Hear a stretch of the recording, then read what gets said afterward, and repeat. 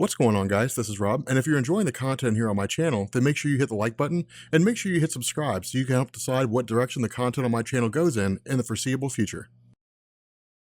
Members of the Rob Corps, what is up, guys? I'm sure a lot of you guys are just like, Court of Owls? What? Court of Owls? Okay, so here is the deal. Here's the explanation on this. I get questions all the time. I want to read Batman, where do I start? I want to read Superman, where do I start? Wonder Woman, Justice League, for whatever reason, I don't understand, Cyborg, but whatever the case may be, people are just like, I'm interested in this character and or team, and I want to know where to start, or will you make a video on this? Now, a lot of you guys have said that my upload schedule seemed kind of confusing, that I was covering too many series and it was hard to keep track. And that's true. That was a legitimate complaint. We had DC Rebirth and then Green Lantern. We had all new, all different Marvel, and then classic Spider-Man, Superior Spider-Man, that kind of thing. And so I figured what I'd go ahead and do, I've always tried to hold off from doing this since I try to maintain some measure of expectation on when certain videos are going to be out. But what we're going to do is we're going to basically update my video schedule. We're going to switch things around. So in the description, you will find an updated video schedule where basically every day has its own video style. So there is a day for the New 52, which are all the stories that led into DC Rebirth. There is a day for classic Marvel, basically everything before Secret Wars. There is a day for all new, all different Marvel, everything after Secret Wars. There is a day for Jeff Johns' Green Lantern run. It'll take us forever to finish. There's a day for indie comics and all that kind of good stuff, and a day for how to kill superheroes. Everything that you need will be in that schedule. So those of you guys who only care about classic Marvel will only find classic Marvel on the classic Marvel days. Those of you guys who only care about DC Rebirth, so on and so forth, that kind of thing, for all the video styles that are listed below. This is really just kind of testing the waters, just really kind of seeing how you guys respond to this. Having said that, for those of you guys who are new to DC Comics, the New 52 leads into DC Rebirth. So everything labeled New 52 will be before DC Rebirth. Now, I have playlists on Batman and stuff like that. What we're gonna do is we're gonna take these New 52 videos and we're gonna put them before all the DC Rebirth stuff. That way you can watch the playlist in chronological order and not have to worry about anything. I'll take care of all the organization on this side. So all you have to do is just click the video and watch, and you don't have to try to figure out the viewing order or anything along those lines. So the fact remains here,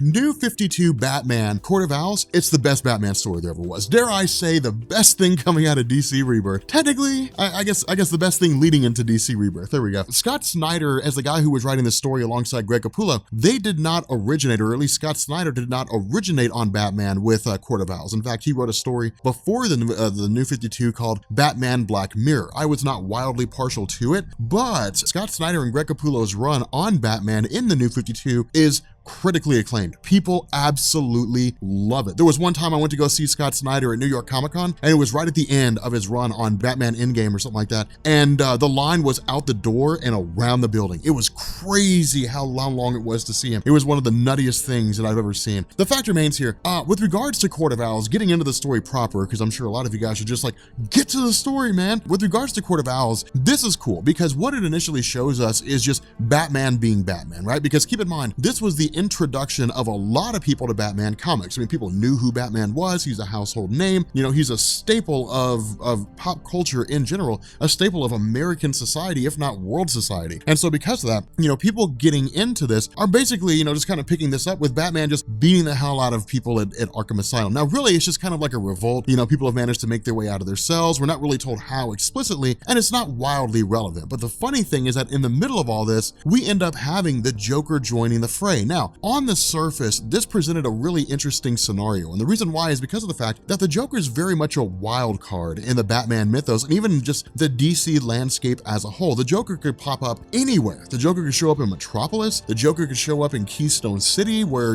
Jay Garrick is at, or I guess Jay Garrick was at. The Joker could pop up in Central City. He could pop up in Coast City. He could pop up all over the place. That's one of the cool things is you never know when he will appear. At the same time, whenever the Joker does show up, whether he appears to a villain or a good guy, no one knows what'll happen. Maybe he's there to just lend his aid for whatever reason, or maybe he's there to just kill everyone. Regardless, the Joker will show up and just implement these schemes that make sense to no one but himself. And so with the Joker being here, the idea is that he basically starts fighting on behalf of Batman. And the funny thing is that the villain response to this is, well, Joker's lost his mind, Joker's gone crazy. What in the world's going on here? Why is Joker fighting alongside Batman? Now, this is kind of cool because the conflict in and of itself is just wrapped up really fast. I mean, it's not designed to be grandiose. It's just designed to be, hey guys, here's what Batman is about in the New 52. He's very similar to the Batman that you remember. Now, one thing that I do want to point out here is that when the New 52 first started, superheroes had basically only been around for about 5 years. And so the idea of Batman, Bruce Wayne being Batman for a decade or so, for years and years and years and years, that was gone. Not only that, Jim Gordon was still relatively new to Bruce Wayne. And so the trust that we were used to in the pre-New 52 continuity, the trust that had been built up between Jim Gordon and Batman wasn't there. They were effectively starting off fresh. And so because of that, Jim Gordon does trust Batman to a degree, but nowhere near the way that he did before the New 52. He still looks at him, still kind of believes, well, maybe Batman's a little bit nefarious. Maybe Batman, he is a vigilante. Maybe he's not necessarily on our side 100% of the time. Jim Gordon's still putting some feelers out there. He's still trying to get a lay of the land with regards to Batman. Of course, he doesn't know it's Bruce Wayne, but still trying to get a lay of the land with regards to the Batman character. Now, following this, we basically end up finding out that, the Joker was essentially Dick Grayson in disguise, which is cool, which is actually kind of interesting to see Batman employing these different forms of subterfuge against villains and different things like that, kind of throwing them off kilter and so on. But the other half of this is basically the public face that Batman puts on, the face of Bruce Wayne. And that's what's kind of ironic about the Batman character. We look at Batman and we say, okay, look, there's Bruce Wayne and there's Batman. But in truth, the real person is Batman.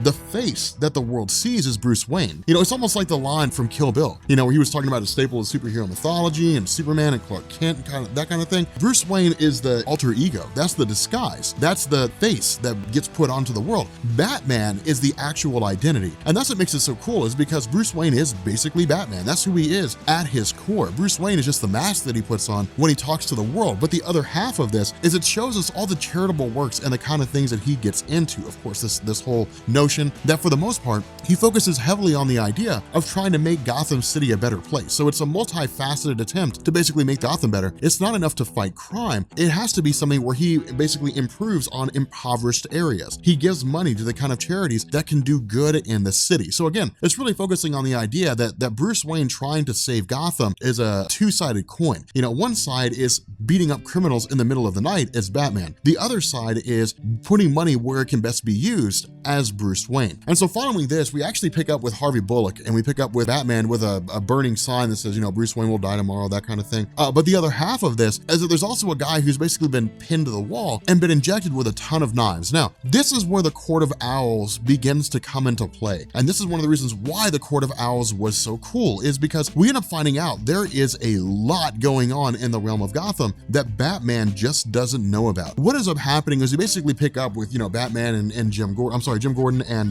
guy that does autopsies and stuff. The name escapes me, but we pick up with them kind of analyzing this body. And then of course, Batman shows up and Batman begins going through. And of course, what we end up finding is that in one of his teeth is a filling. And inside this filling is an owl symbol. And the whole notion is that this ties into an old rhyme that Bruce Wayne remembers as a kid about the Court of Owls. And essentially the way the rhyme went, it was one of those things where it was like the Court of Owls is this nefarious group that exists underground behind Gotham City. And if you talk bad about them, they'll come and find you. One of the things that this really seemed to hit home at is that it was a children's rhyme. It was designed to basically keep kids in check. If you don't do your homework, the Court of Owls will come and get you. If you treat people bad, the Court of Owls will come and get you. They'll send the Talon and the Talon will take you away, but you never know where the Court of Owls is at. It was really, really spooky when I first read this, because the idea of Bruce Wayne not knowing about this nefarious organization that exists within the realm of Gotham City is just kind of mind-blowing, right? Like, Bruce Wayne knows Gotham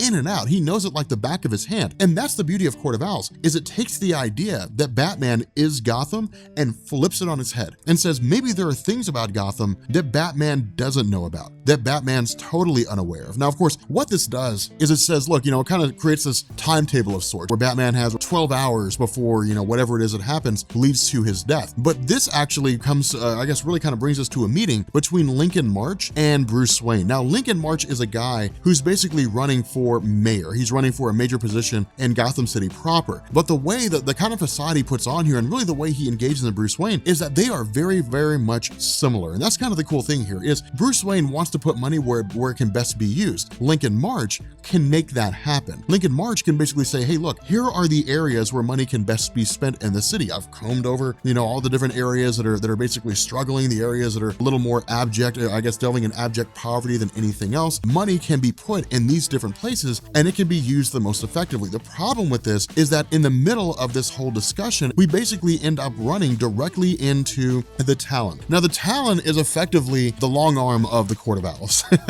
He is the guy that the Court of Owls sends out to take out those individuals who they've deemed to be a threat, which is to say those individuals that they want to have killed. Now, the funny thing about this is that Scott Snyder does a really good job of sort of going through and teasing these different concepts, teasing these different ideas of how far back the Court of Owls goes. For example, the Talon makes the statement, how I love killing Waynes. And so the question that was being presented here when this story first dropped is the Court of Owls responsible for the death of Thomas and Martha Wayne? Now, it creates kind of a funny situation because historically speaking in DC Comics, really in almost every iteration of Batman's origin, Thomas and Martha Wayne were basically killed by Joe Chill. There were times where the motivations of Joe Chill were changed, but he was always the guy that killed him. Now, more often than not, it was just Joe Chill was a guy who was down on his luck and he was struggling and he came across them, and they were people who looked as though they came from wealth. They had, jewelry, so on and so forth. And in the midst of the situation, in the heat of the moment, he pulled the trigger and killed them both. There's also been other things where it's like, Joe Chill was a mobster and so on and so forth. But the fact remains here that Joe Chill murdering the parents of Bruce Wayne is a core aspect of his whole story. So this is one of the things that really kind of intrigued people. It was the question of, is that the case? Is this really what's going on? Now, of course, in the middle of this fight between Batman and the Talon, one of the other things that Scott Snyder really hits at is the idea of how well Batman knows Gotham City. For example, in this whole rooftop fight, we end up having this scenario where they both fall out of the building. And the result is that,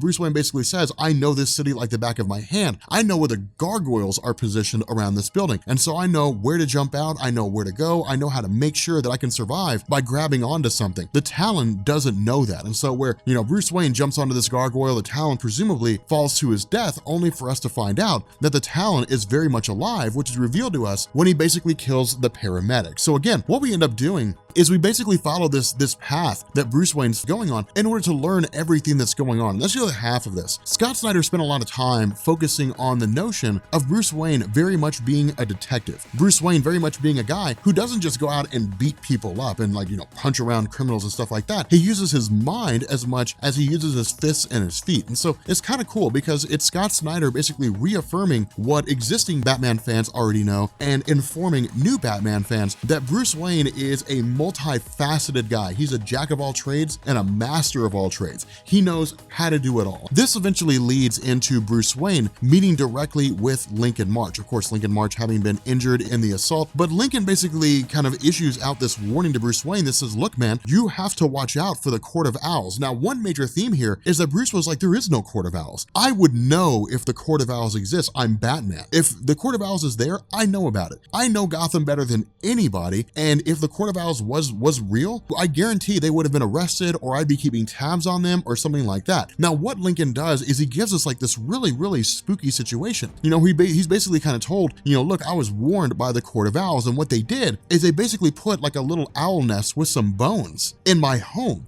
When I came home, I found that there. And that's really what the Court of Owls does. They issue these little warnings, and it's just kind of like a, hey, back off. Like, we're watching you. Whatever it is that you're doing, we don't like. Now, Scott Snyder also just kind of goes with this idea that it's like a big thing, right? I mean, the Court of Owls is not going to give you, a warning because you went to the wrong grocery store. What it is someone like Lincoln March that wants to issue a whole bunch of change around the city of Gotham is working against the interests of the Court of Owls. So it's basically Scott Snyder dropping these clues and essentially telling us that with the Court of Owls, that they are very much rooted in the history of Gotham, indicating here that the Court of Owls are basically composed of some of Gotham's wealthy elite. Now, again, we know what goes on with them now, but at the time of this story, we didn't know that. But again, this all really follows the idea of Batman investigating further, of Batman going through and trying to figure everything out. Now, just by virtue of his own investigations and his own resources, what Batman ends up doing is basically going to all these different buildings that are funded by the Alan Wayne Trust for Young Architects in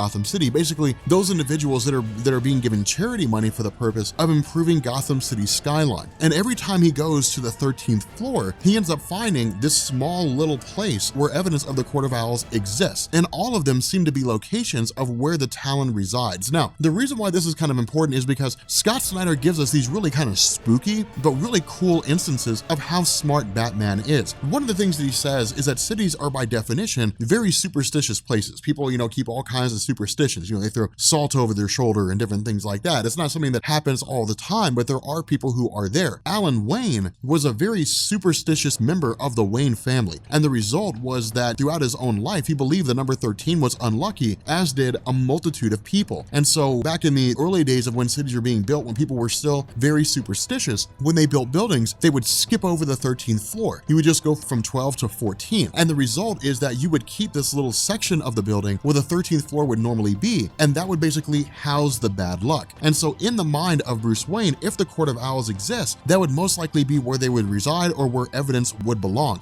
And as he goes through every single one of these buildings, that's exactly what he finds. He basically finds stockpiles of arms and armament. He finds all kinds of things that belong to the Court of Owls and documentation, photographs that proves their existence. Now, in the mind of Batman, he's still not 100% on board. Even after he goes into one of the buildings and he basically activates a trip device that ends up resulting in his, in a massive explosion that almost causes him to die, he still has a hard time believing it to be true. And the reason why is because of the fact that in a conversation that he has with Dick Grayson, we end up learning that following the death of Bruce Wayne's parents, that he believed the Court of Owls was behind it. As a child, he had heard the nursery rhyme, he'd heard the stories, heard the tales, and thought the Court of Owls may have been the ones who had led all this. And so what he ended up doing was going around and doing all this different research. Now again, this is Snyder showing us how early Batman's detective skills were honed and used. And so it really showed us that the death of his parents changed him in a fundamental way. But he started going through and looking at all these different clues, signs of owls, and different things like that, all of which basically led him back to a place called Harbor House. Now, Harbor House was a former meeting ground for Gotham's social elite. Now, it had long since been abandoned, but it had different signs of owls and so on and so forth. And so where Bruce Wayne as a child had basically looked around and believed the idea that if the Court of Owls was real, and they basically, not really worshipped owls so much as strongly associated themselves with owls, then places that would have a lot of decoration regarding owls would likely be their place of business. Now, this was also rooted in the idea that his parents, because they were part of Gotham's social elite and had associated with Gotham's wealthiest individuals, that those wealthy people were probably part of the Court of Owls. And so again, this all sort of fed into this idea that the Court of Owls were the ones behind his parents' murder. The problem with this is that once he gets to where he believed that they would be meeting or where they would be located, ultimately he finds absolutely nothing. He simply finds that there's nothing there. Now, in addition to this, Batman had actually exhumed Alan Wayne's body and just kind of analyzed his bones and different things like that. Again, all that basically went into him kind of tracing back the roots or the existence of the Court of Owls. Now, the reason why was because of the fact that Alan Wayne himself had died under mysterious circumstances. He was just found in a sewer one day. And so the result was he was identified by his dental records. What it ended up doing is it basically set in motion this idea that if Alan Wayne had just suddenly vanished under mysterious circumstances, if people are being killed,